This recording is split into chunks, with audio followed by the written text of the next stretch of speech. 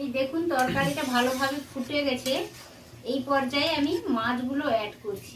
এই সমুদ্রের ভোলা মাছ এই সিজনে আপনারা ট্রাই করবেন অবশ্য। রান্না করে খাওয়ার খেতে তো ভীষণ ভালো লাগে। হাতের কাছে পেলে অবশ্য একবার ট্রাই করবেন। কম কাঁটাযুক্ত মাছ খেতে ভীষণই ভালো। ঝাল করলে তো এই একটা তরকারি দিয়েই সমস্ত ভাত খাওয়া হয়ে যায়।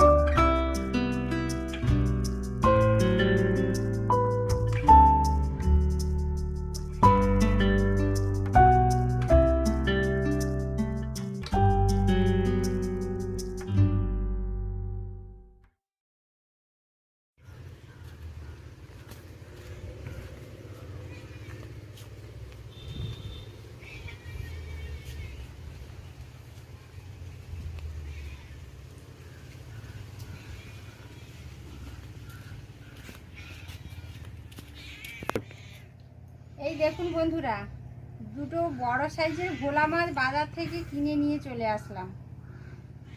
আজ ভোলা মাছেরই আমি একটা রেসিপি করব আর আপনাদের সকলের সাথে শেয়ার করব।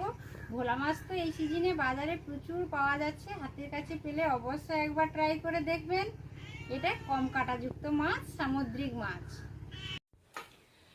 নমস্কার বন্ধুরা, গঙ্গাসাগরের বনেদি রান্না ও পরিবেশ ইউটিউব চ্যানেলে আমি সবাইকে স্বাগত জানালাম।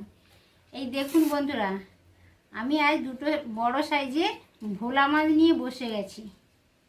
এটা তো সমুদ্রের মাছ, এটা খেতে ভীষণ ভালো লাগে আর এটা এই সিজনেই বেশি পাওয়া যায়। এই দেখুন একেবারে টাটকা ভোলা। আমি এখন এই মাছটাতে লবণ হলুদ ভালো করে মাখিয়ে নেব। যে কোনো মাছ রান্নার ক্ষেত্রে এটা আপনাদের সকলেরই জেনে রাখা দরকার যে মাছটাতে রান্নার 5-10 মিনিট আগে থেকে যদি লবণ হলুদ মাখিয়ে রাখা যায় তাহলে মাছের ভেতরে লবণটা ঢুকে যায়, তাহলে মাছটা রান্না করতেও সুবিধা হয় আর খেতেও সুবিধা হয়। ওই জন্য আমি একটু আগে থেকে লবণ হলুদটা মাখিয়ে নিলাম, তারপর 10 মিনিট পর রান্নাটা করব।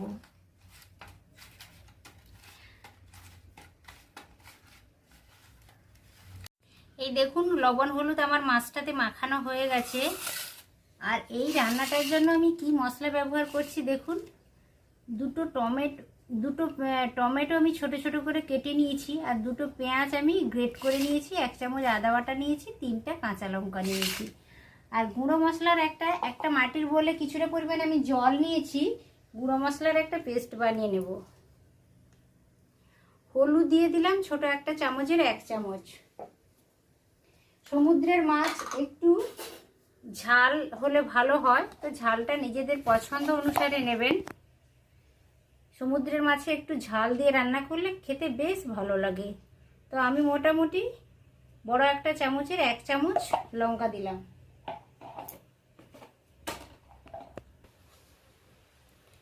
এই দেখুন আধা চামচ আমি জিরে গুঁড়ো দিয়ে দিলাম। আধা চামচ আমি ধনে গুঁড়ো দিলাম।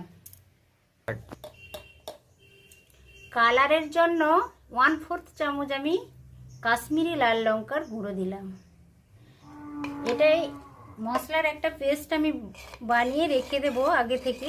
জল ঢুকে পুরো বাটা মশলার মতো ফুলে উঠবে, তরকারিতে খুবই ভালো হয় মশলার পেস্টটা যদি আগে থেকে বানিয়ে রাখা যায়। তো মশলার পেস্ট আমার বানানো হয়ে গেছে। এবার আমি রান্নাটা শুরু করব।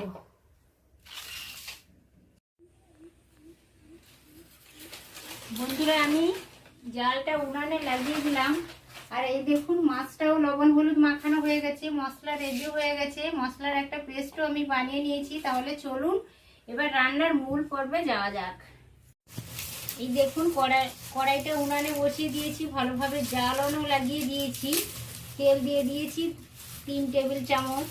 তেলটা এখন গরম হচ্ছে, কিছু সময় ওয়েট করব। তবে নতুন রাঁধুনিদের উদ্দেশ্যে আমি একটা কথা বলছি, মাছ রান্না করতে গেলে আপনারা সবসময় কিন্তু তেলটা ভীষণ গরম করে, যত সময় না টেম্পারেচার হয়ে ধোঁয়া উঠতে শুরু করছে তত সময় কিন্তু জাল দিতেই থাকবেন। যখন ধোঁয়া বেরোতে শুরু করবে তখন মাছ তুলে দেবে, না হলে কড়াইতে মাছ বসে যাবে বা ভেঙে যাবে, বিভিন্ন প্রবলেম হতে পারে। কড়াইতে ভালোভাবে তেল থেকে ধোঁয়া উঠতে শুরু করলে তবেই মাছ দেবেন। এই দেখুন তেলটা বেশ ভালোভাবে গরম হয়ে গেছে। এই পর্যায়ে আমি মাছগুলো এক এক করে তুলে দেব।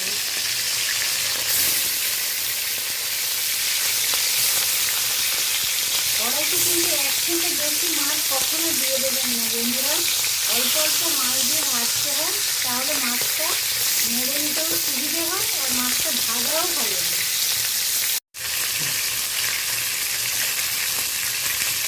এই দেখুন বন্ধুরা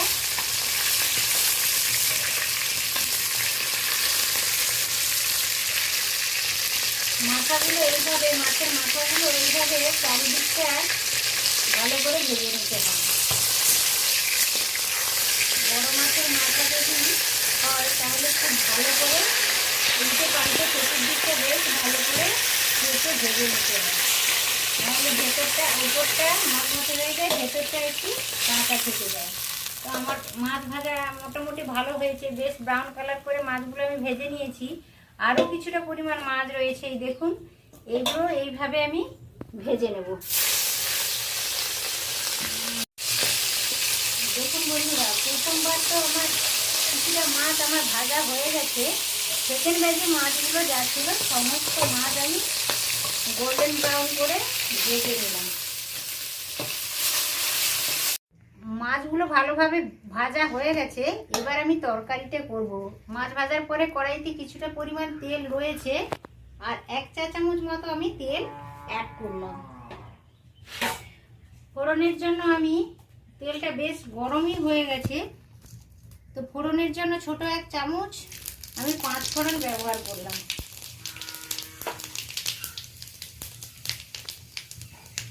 ফোড়নটা ভালোভাবে ফুটে গেছে, একটা দারুণ সুন্দর গন্ধও চলে আসছে। এই পর্যায়ে আমি কেটে রাখা টমেটো আর গ্রেট করা পেঁয়াজটা দিয়ে দেব।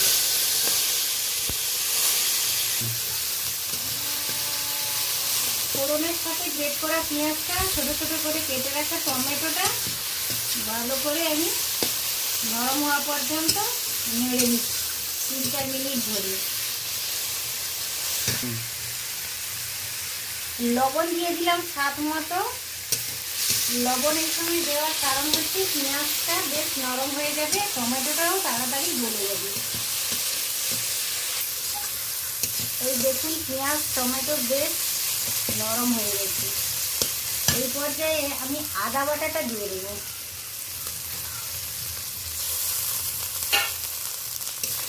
আদা বাটা দেওয়ার পরে বেশ 2-3 মিনিট ধরে ভালো করে কষিয়ে নেব। আদা পেঁয়াজ টমেটোর সমস্ত কাঁচা গন্ধ না যাওয়া পর্যন্ত, তেল না ছাড়া পর্যন্ত এইভাবে আস্তে আস্তে করে নেড়ে নেব। কষানো মশলা থেকে তেল রিলিজ করতে শুরু করেছে।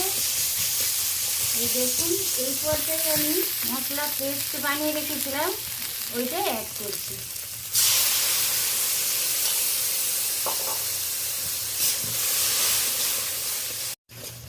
3-4 মিনিট ধরে ভালো করে আমি মশলাটা কষিয়ে নিলাম। মশলা থেকে হালকা তেলও রিলিজ করতে শুরু করেছে। বুঝবেন কি করে যে মশলাটা ভালোভাবে কষানো হয়ে গেছে? যখন তেল কালারটা দেখুন, কালারটাও ভীষণ চলে এসছে ভালো। আর যখন মশলা থেকে তেল রিলিজ করতে শুরু করবে তখন ভাববেন যে মশলাটা কষানো পারফেক্ট হয়েছে। সেই পর্যায়ে জল দিয়ে দিতে হবে। এখন আমি একটা পাত্রে জল গরম করে রেখেছি, জলটা অ্যাড করে দেবো। সবসময় আপনারা এটাই চেষ্টা করবেন যে তরকারিতে গরম জলটা অ্যাড করার। গরম জল যদি তরকারিতে দেওয়া হয় তরকারিটা তাড়াতাড়ি হয়, প্লাস টেস্টটাও ভালো আছে। এই তরকারিটাতে কিন্তু জল খুব একটা বেশি লাগবে না। এটা যেহেতু আমি ঝাল বানাচ্ছি, ঝোল বেশি রাখবো না। ভোলা মাছে ঝোল বেশি রাখলে খেতে ভালো লাগে না, ওই জন্য আমি মাঝারি জল দিলাম, এটাতেই হয়ে যাবে। এই দেখুন তরকারিটা ভালোভাবে ফুটে গেছে। এই পর্যায়ে আমি মাছগুলো অ্যাড করছি। এই সমুদ্রের ভোলা মাছ এই সিজনে আপনারা ট্রাই করবেন অবশ্য। রান্না করে খাওয়ার খেতে তো ভীষণ ভালো লাগে, হাতের কাছে পেলে অবশ্য একবার ট্রাই করবেন। কম কাঁটাযুক্ত মাছ, খেতে ভীষণই ভালো। ঝাল করলে তো এই একটা তরকারি দিয়েই সমস্ত ভাত খাওয়া হয়ে যায়। এই দেখুন তরকারিটা একেবারে রেডি হয়ে গেছে, গামাখা ঝাল হয়ে গেছে, গ্রেভিটাও বেশ মোটা হয়ে গেছে, বেশ ভালোই দেখাচ্ছে। এইভাবে আপনারাও ট্রাই করবেন বন্ধুরা। ভিডিওটা পুরোটাই দেখার অনুরোধ থাকলো আপনাদের। এই পর্যায়ে আমি 3টা কাঁচা লঙ্কা দিয়ে দিলাম। এটা অপশনাল, আপনারা দিতে পারেন নাও পারেন, কোনো অসুবিধে নেই। আমি তরকারিটা এখন নামিয়ে নেব।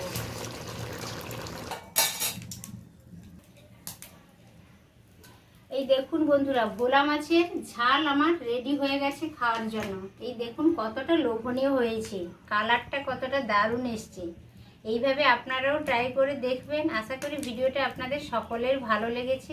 ভালো লাগলে আমার ভিডিওতে একটি লাইক দেবেন। আর এই গ্রামের ছোট্টখাট্ট নিত্য নতুন বিভিন্ন ধরনের গ্রাম্য পরিবেশে ভিডিও পাওয়ার জন্য আমার চ্যানেলটিকে অবশ্য সাবস্ক্রাইব করবেন আর আপনাদের ফ্রেন্ডসদের মধ্যে শেয়ার করবেন। আজ তাহলে আসি বন্ধুরা, আবার দেখা হবে অন্য কোনো ভিডিওতে অন্য কোনো রেসিপির সাথে। তত সময় আপনারা সকলে সুস্থ থাকুন, ভালো থাকুন। নমস্কার।